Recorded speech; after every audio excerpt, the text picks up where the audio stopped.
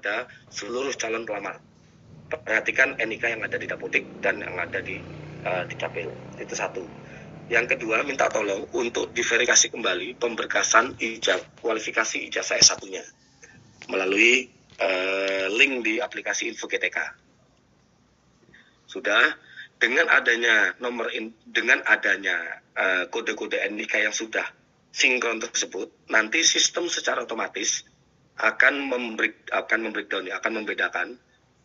individu mana yang masuk ke P1, individu mana yang masuk ke P2 sebagai K2, individu mana yang masuk ke P3, ini yang bisa dilakukan dengan mekanisme observasi, penilaian observasi, lalu individu mana yang akan masuk ke pelamar umum, ini yang individu-individu yang belum mencapai 3 tahun di Dapodik atau individu baru yang telah memiliki sertifikat pendidik melalui jalur PPG Percepatan. Selanjutnya untuk mekanisme yang pertama ini tadi sudah dijelaskan juga oleh Ibu PLT Dirjen.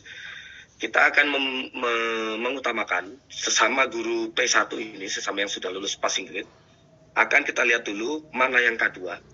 Ini berdasarkan Permenpan RB nomor 20 tahun 2022. Prioritas pertama, kita tempatkan dulu K2. Jika masih ada formasi, maka guru-guru yang lulus passing grade yang sebagai honor negeri pada saat pelamaran tahun 2021 ya.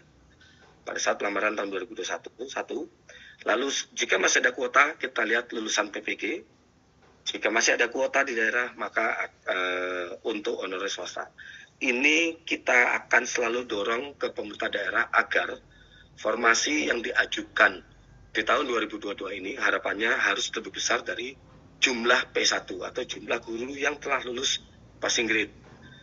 Sehingga untuk kategori 1, 2, 3, dan 4 ini sampai dengan honorer swasta itu dapat diprioritaskan untuk penempatannya.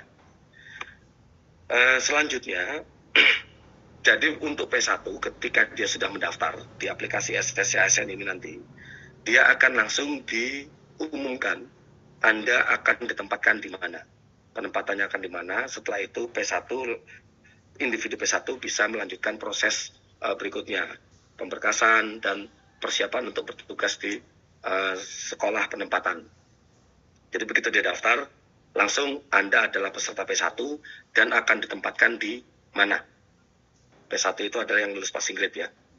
Nah, namun tadi merujuk dari Ibu PLT Dirjen juga mengumpulkan bahwa ada beberapa mata pelajaran yang sudah jenuh di daerah. Gitu. Jadi intinya ada beberapa mata pelajaran itu sudah penuh ada di daerah, jadi tidak mungkin bisa ditempatkan kembali. Nah, untuk hal-hal yang semacam itu, apabila ada P1, pelamar P1 yang belum dapat ditempatkan, dia dapat mengikuti pola observasi. Ini yang tadi dicontohkan juga di pembukaan tadi. Contoh misalnya ada individu P1, dia waktu itu memiliki latar belakang kualifikasi IPA.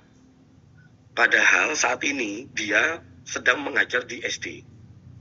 Nah, ketika IPA itu ternyata sudah penuh di daerahnya dan tidak memungkinkan ini karena tahun 2022 ini tidak akan ada individu yang saling menggeser.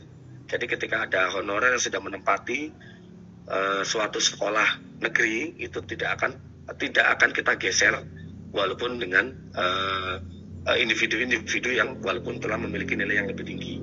Jadi sekolah induk itu akan mendapatkan prioritas, gitu kan. Nah, karena mungkin IPA, ini contoh aja ya, karena mungkin IPA di suatu daerah itu penuh, maka dia bisa melamar ke sebagai guru SD karena memang dia selama ini sebetulnya mengajar di SD. Nah, tapi dia tetap harus mengikuti pola observasi, pola penilaian kesesuaian untuk P2 atau P3 misalnya. Jadi dia mengikuti observasi P2, P3 sebagai guru SD. Karena dia kemarin kan lulusnya sebagai guru IPA. Nah, karena daripada dia menunggu sebagai guru IPA, menunggu ketersediaan, mungkin ada yang pensiun entah tahun 2024 atau 2025 misalnya. Jika saya ingin bertarung di observasi, itu diperbolehkan. Dia akan mengikuti pola observasi di tempat di mana dia bertugas, misalnya di SD. Nah, semoga menang. Apabila dia menang, maka dia akan ditempatkan di sekolah tempat dia mengajar, di SD saat ini dia mengajar. Selanjutnya ini untuk P1, ini sudah kita ini ya, ini tidak untuk P1 tidak, intinya tinggal tunggu pengumuman yang ada di SSCASN ketika dia daftar ulang. Jadi jangan lupa untuk seluruh guru yang P1, walaupun Anda sudah memiliki passing grade P1, tetap Bapak Ibu guru P1 tetap harus mendaftar kembali, tetap harus melakukan aktivasi kembali ke aplikasi SSCASN. Nanti tinggal lihat pengumumannya melalui aplikasi tersebut, SSCASN tersebut akan ditempatkan di mana. Nah, sekarang kita konsentrasi untuk yang P2, yaitu penilaian observasi, baik untuk K2 maupun untuk guru honorer negeri yang telah mengajar minimal 3 tahun. Perlu diperhatikan di sini bahwa individu yang dapat melamar ke P2 atau P3 itu guru yang saat ini sedang aktif. Ini agak berbeda dengan tahun 2001 kemarin. Untuk yang tahun 2022 kondisinya harus saat ini dia aktif. Nah, kalau dia kondisi saat ini aktif, dia bisa mengikuti observasi apabila dia telah memiliki 3 tahun masa tugas. Walaupun tidak berturut-turut, sekali lagi, walaupun tidak berturut-turut. Jadi, misalnya dia aktif ya di tahun 2022, 2021 dia tidak aktif, 2020 dia aktif, 2019 tidak aktif, 2018 aktif, 2015 aktif. Nah, ini ketika dikumulasikan lebih dari 3 tahun, dia diperbolehkan untuk mengikuti mekanisme seleksi observasi. Catatannya saat ini dia aktif. Existing saat ini dia sedang aktif.